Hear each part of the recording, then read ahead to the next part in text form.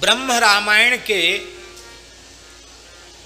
भविष्य प्रस्ताव में, जहाँ भविष्य का वर्णन किया गया है, ब्रह्म रामायण के भविष्य प्रस्ताव में महर्षि याज्ञवल्क जी महाराज और महर्षि भरद्वाज मुनि के कथा प्रसंग में, संवाद में इस प्रकार की भविष्यवाणी की गई है। याज्ञवल्क जी ने भरद्वाज जी को भविष्यवाणी की है। किस ग्रंथ में? ब्रह्म रामायण में। ब्रह्म रामायण का शास्त्रीय श्लोक है, सर्वलोकोपकाराय प्रेरितो हरिणा मुदा वाल्मीकिस्तुलसीदासस्तदरूपेण भविष्यति। बृहद ब्रह्म रामायण के प्रथम अध्याय के श्लोक संख्या 78 का ये 78वां श्लोक है।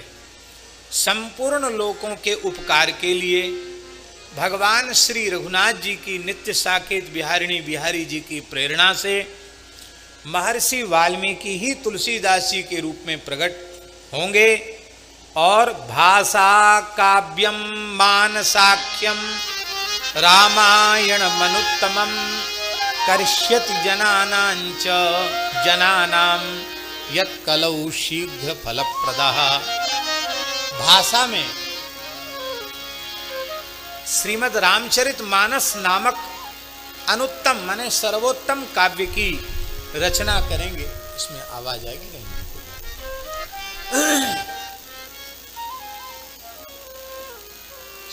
और कलौ शीघ्र फलप्रदः, यह एक विशेष बात है शास्त्री जी। कलौ शीघ्र फलप्रदः बृहद रामायण के 79वें श्लोक में ये बात कही गई, कलौ शीघ्र फलप्रदः।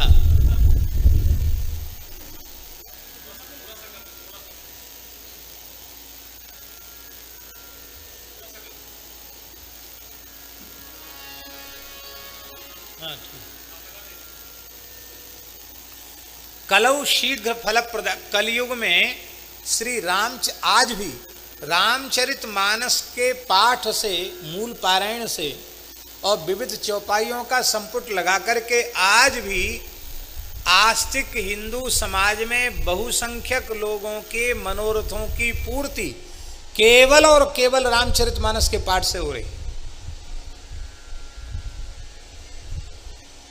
आपको सुनने में थोड़ा सा वैसा लग सकता है और हम कोई शास्त्रीय आर्ष ग्रंथों के अनुष्ठान का निषेध नहीं कर रहे हैं, पर हम निवेदन कर रहे हैं बड़ी विनम्रता पूर्वक कि जो आर्ष ग्रंथ प्रोक्त जो पौराणिक अनुष्ठान है, उन अनुष्ठानों की मर्यादा का जैसा निर्वहन होना चाहिए वैसा निर्वहन कठिनाई से हो पाता है। इसलिए फल प्राप्ति में कई बार संदेह भी होता है और कई बार तो उल्टा ही हो जाता है। एक महानुभाव ने कनकधारा का अनुष्ठान किया। कनकधारा स्तोत्र है आदि शंकराचार्य जी का। स्वर्ण वृष्टि हुई थी एक दरिद्र ब्राह्मण के यहाँ। शंकराचार्य जी कहते भिक्षा के लिए गए तो वो ब्राह्मणी रोने लगी कि एक यति दंड लेकर भिक्षा के लिए आए और हम इतने दरिद्र हैं, निर्धन हैं कि हमारे घर में कई दिनों से अन्न का एक कण नहीं है, हम क्या दें। तो कुछ आंवले के फल उनके पतिदेव लाए थे, वे भी सूख गए थे। एक एक आंवला खा के वो लोग जल पी रहे थे। कुछ सूखे आंवले उन्होंने रोते हुए ब्राह्मणी ने उनके भिक्षा पात्र में डाले। कहा महाराज हमारे पास इतना ही है, इससे अधिक कुछ नहीं है। शंकराचार्य भगवान द्रवित हो गए और उन्होंने भगवती महालक्ष्मी की स्तुति की। अंगम हरे पुलक भूषणमाश्रयंती भृंगांग देव मुकुलाभरणम तमालम अंगीकृताखिल विभूति रपांग लीला मांगल्यदास्तु मम मंगल देवताया मुग्धा मुहुर विदधति वदने मुरारे प्रेमत्रपा प्रणिहितानि गतागतानि मालादृशोर मधुकरीव महोत्पलेया सामे श्रियम दिशतु सागर संभवाया इत्यादि प्रकार से। विश्वामरेन्द्र पद विभ्रम दान दक्ष मानंद हेतु रधिकम मुरुविद्विषोपि ईशन निषीद तुम एक क्षणिक्षणार्धम मंदालसंच मकरालय कन्यकाया दद्याद दयानुपवनो द्रविणाम्बुधारा मस्मिन् किंचन विहंग शशौ विषण्णे दुष्कर्म घर्म मपनीय चिराय दूरम नारायण प्रणयिनी नयनाम्बुवाह। अद्भुत है शंकराचार्य भगवान के श्लोक स्तोत्र, तो क्या कहना। भगवान शंकराचार्य ने भगवती लक्ष्मी की प्रार्थना की, लक्ष्मी जी प्रकट भई और स्वर्ण के आंवलकों की, सोने के आंवला उस ब्राह्मण के घर में बरसे, परिपूरित हो गया। उसकी दरिद्रता का कई पीढ़ियों तक के लिए नाश हो गया, ब्राह्मण की दरिद्रता का। तो बड़ा प्रभावी स्तोत्र है शंकराचार्य कृत श्री कनक धारा। एक महान भाव ने हमसे पूछा कि अनुष्ठान करें कनक धारा का, हमने की करो। वो करने लगे, अनुष्ठान हुआ। एक दो ब्राह्मण भी अनुष्ठान में बिठाए।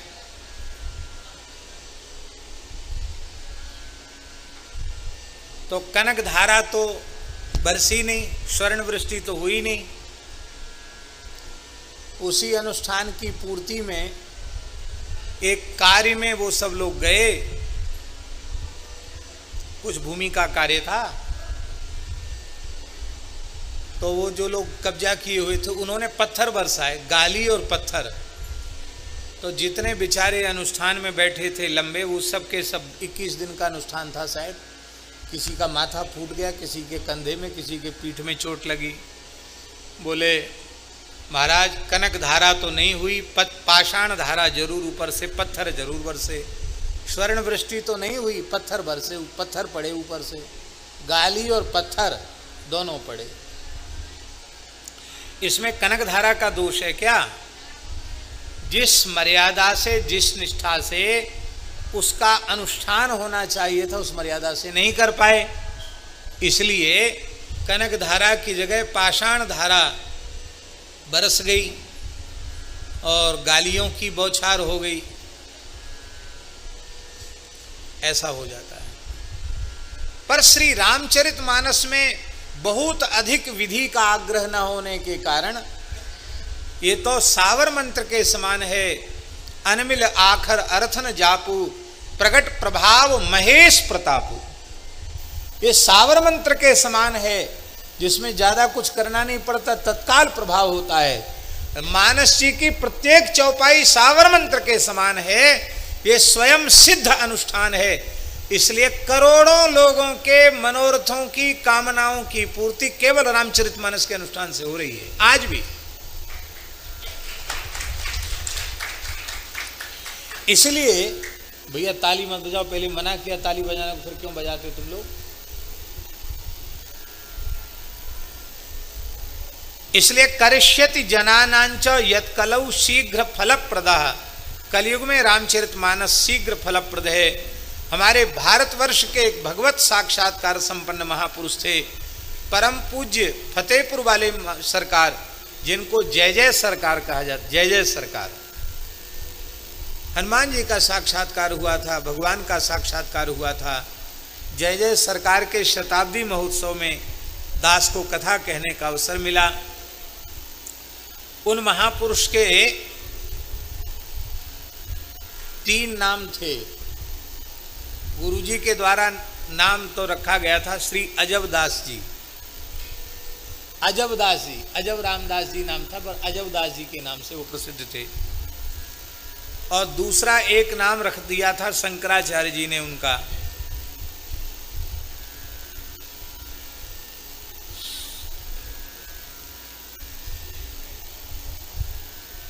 शंकराचार्य जी पधारे,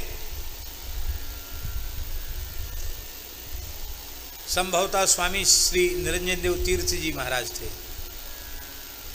तो उन्होंने बुलाया जय जय सरकार ने, और वहाँ वो पहुँचे। तो इतने विनम्र थे जय जय सरकार कि बड़ों के सामने ज़्यादा बोलते नहीं। हाँ ना, बस हाँ और ना, 2 ही अक्षर बोलते थे, हाँ ना। तो शंकराचार्य जी बोले, अरे महाराज आप तो हाना जी महाराज हो, हाँ और ना के अलावा कुछ बोलना ही नहीं जानते हो। एक नाम उनका हाना जी पड़ गया।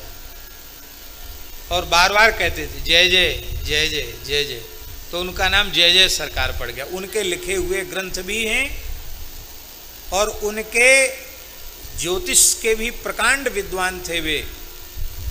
अभी उनके शिष्य छोटे सरकार उनके स्थान को अलंकृत कर रहे हैं, बड़े गुरुनिष्ठ हैं और उनकी रचनाएं बहुत अच्छी हैं, काव्य रचनाएं जय जय सरकार की। उन्होंने जीवन भर मानस यज्ञ कराए। क्या कराए? रामचरितमानस की चौपाइयों से यज्ञ कराए। उस समय बड़े बड़े पंडितों ने उनका विरोध भी किया, लेकिन सफल अनुष्ठान मानस यज्ञ के उन्होंने कराए। और एक बार की घटना, तो कितनी घटनाएं महाराज जी, एक घटना तो ऐसी है जय जय सरकार के जीवन की कि वहां फतेहपुर में यज्ञ हो रहा था और यज्ञ हो रहा था, अकाल था, तो वर्षा के लिए यज्ञ हो रहा था, वर्षा हो जाए।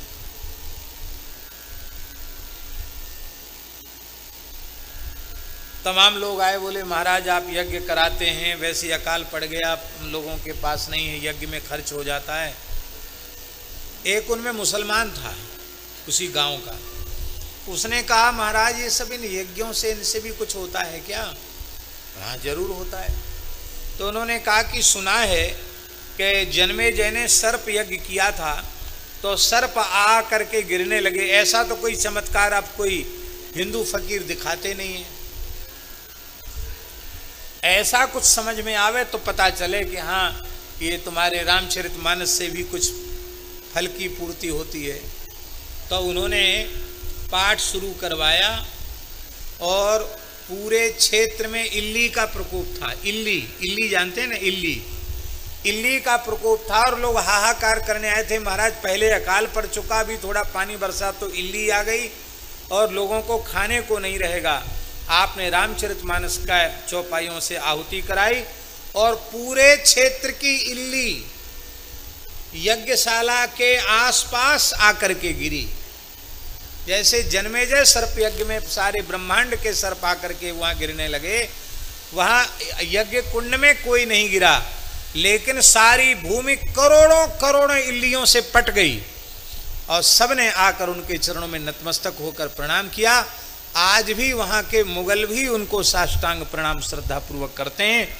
आज भी वहां प्रतिवर्ष मानस यज्ञ होता है। तो कलौ शीघ्र फलप्रदः, कलयुग में रामचरितमानस का अनुष्ठान शीघ्र फल प्रदान करने वाला है। अनेक लोग उसका अनुभव करते हैं। वशिष्ठ संहिता का भी यही श्लोक है और भविष्य पुराण का पारायण दास ने किया है। भविष्य पुराण में भी यही श्लोक आया है। दोनों में पाठांतर भी नहीं है और अर्थांतर भी नहीं है। आप लोगों को कंठस्थ होगा। वाल्मीकि तुलसीदास कलौ देवी भविष्यति, रामचंद्र कथा साध्वी भाषा रूपां करिष्यति। कलयुग में महर्षि वाल्मीकि ही तुलसीदास जी के रूप में प्रकट होकर के भाषा में श्री रामचरित्र की रचना करेंगे। और नाभाजी ने तो स्पष्ट शब्दों में उनके छप्पे का आरंभ ही यहीं से किया। कलि कुटिल जीव निस्तार हित, वाल्मीकि तुलसी भयो। कलयुग के कुटिल जीवों के निस्तार के लिए महर्षि वाल्मीकि ही तुलसीदास जी के रूप में प्रकट हुए। और परम पूज्य श्री बक्सर वाले महाराज जी ने भी है नमन पाद पद्मों में बारंबार बाबा तुलसी, कलि कुटिल जीव निस्तार हेतु अवतार बाबा तुलसी। है नमन पाद पद्मों में बारंबार बाबा तुलसी, कलि कुटिल जीव निस्तार हेतु अवतार बाबा तुलसी, कलि कुटिल जीव